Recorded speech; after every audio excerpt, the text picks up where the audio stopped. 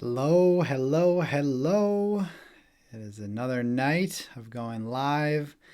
I think it's day number 5 of doing this. For those of you that haven't tuned in yet, this is day number 5. For the past 5 days, I've been going live every single evening to just share where I'm at in my journey, be open, be vulnerable, and just continue to open this space up for not only myself, but for other people and to invite people into this space.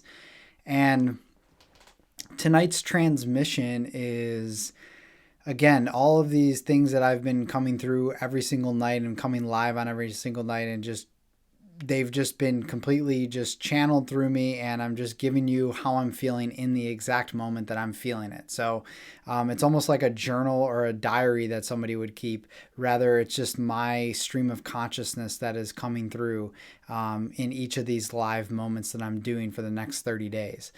So tonight I am going to be talking a little bit about the Moore virus and what that actually means.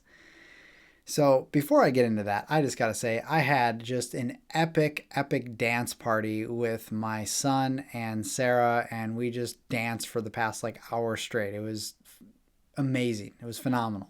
So I am on this high right now where I'm starting to come down just a little bit. The baby is now in the bath, relaxing, getting ready for sleep, and my energy is still kind of up here. So I'm going to try to bring it down just a little bit for you guys. But I wanted to hop on tonight and I wanted to talk about the Moore virus. So, what does this mean? This concept of the Moore virus was introduced to me, I don't know, maybe 3, 4 years ago when I was doing an interview with this couple from Australia on one of our summits that Sarah and I did. And they had talked about living in this culture where we constantly want more. It could be more of an object, more of a person, more of an experience, more of whatever. But there's always this chase. There's this constant chase for wanting more and not being so satisfied by what we have in the state that we currently live in. And this is something that I've absolutely suffered from for a very long time and still continue to this day until I check myself and I'm like, okay, let's take a step back here for a second. Do I really need more in this moment right now than this moment that I have, especially when I'm with my son and I'm holding my son tight in my arms and I'm looking out the window, gazing at the world, and at that point the world stops. But then I move outside of that circle and I'm back to my normal day life of just this, how do I explain this best? Just wanting more experiences rather than being so content and so peaceful and so present in the now, in what is happening now. And the only time that I felt that on a consistent basis was when I lived in Africa. When I was there, living in isolation does something to you because you are far removed from any society. You are completely by yourself in the middle of nowhere. And at that point, life is so simplistic. There is not much to worry about. There is not much to do, much to think about. It's rather just existing and being in the flow of life. Rather than when I came home after those few years of being in isolation, I come home and it's like I got really depressed for a few months.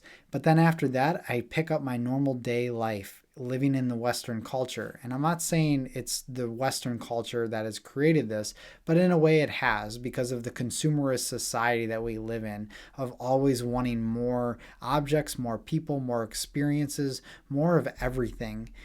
And I've been really caught up in that wheel lately, and I'm going to explain a little bit why and how I kind of got into this pattern. So, for the past, I don't know, 4 or 5 years, I've been since I've been back home in the United States, it's like this slow trickle effect where I'm almost looking at the future 5, 10, 15 years from now and wanting that future to be now.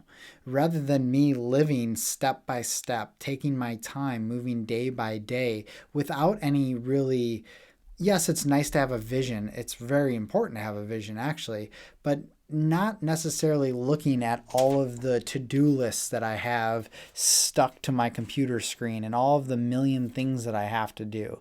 It almost takes you out of your flow state and out of the state, and it constantly drives you to want more than rather what you're experiencing in this exact moment right now. And that could be extremely detrimental, and it has been for my life. It's been very, very difficult for me. I've really suffered in a lot of ways, and having to really check myself at the door and say, okay, Chris, like, what else could you possibly want than what you're currently experiencing? I live in a beautiful home.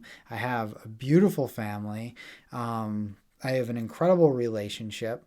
And yet there's always this almost striving for the next step, more success in my business, more of this. And it really does revolve a lot around work. And so this is definitely like the shadow part that I have to check and look at a little bit deeper. But I just wanted to talk about this a little bit and open this conversation and open this door for people. So, where is it in your life that you're experiencing the more virus? Where is it that you're constantly seeking more of whatever it is? And when I come to think about it, I really start to dive in a little deeper and say, okay, I think there's definitely a part that I haven't seen, or a shadow part that I haven't seen, but there's also this like fire under my ass. Like tomorrow, if tomorrow's my last day, I want to actualize my vision for my life. I want to be where I see myself in 10 years. I want to write all those books and speak on stages and do all of that. And so it's this constant striving, yet it takes me out of the present. So I'm trying to figure out this method or this methodology to keep me anchored in the present while keeping my vision for the future. And so what I want to ask you, and the question I want to propose to you, is where in your life are you possibly suffering from the more virus? And where can you check yourself and come back and dial yourself into the present? And I would love to hear this. I would love to hear your experiences with this, because for me, it's been quite difficult. But I feel like by sharing other experiences and by hearing from you where it is that you're experiencing some of this, it might help me to move through, and we may be able to help each other. So feel free to comment, to say maybe some of your experience of how you're dealing with this right now, if you are going through it as I am. But yeah, that's all I kind of wanted to drop in tonight and talk about. And just let that sink in for a bit. And if you feel free to comment anytime, I would love to hear your insights on that specific topic. And yeah, thank you so much for tuning in. And I will see you tomorrow once again for another live, and we'll see where it all goes. Have a great evening.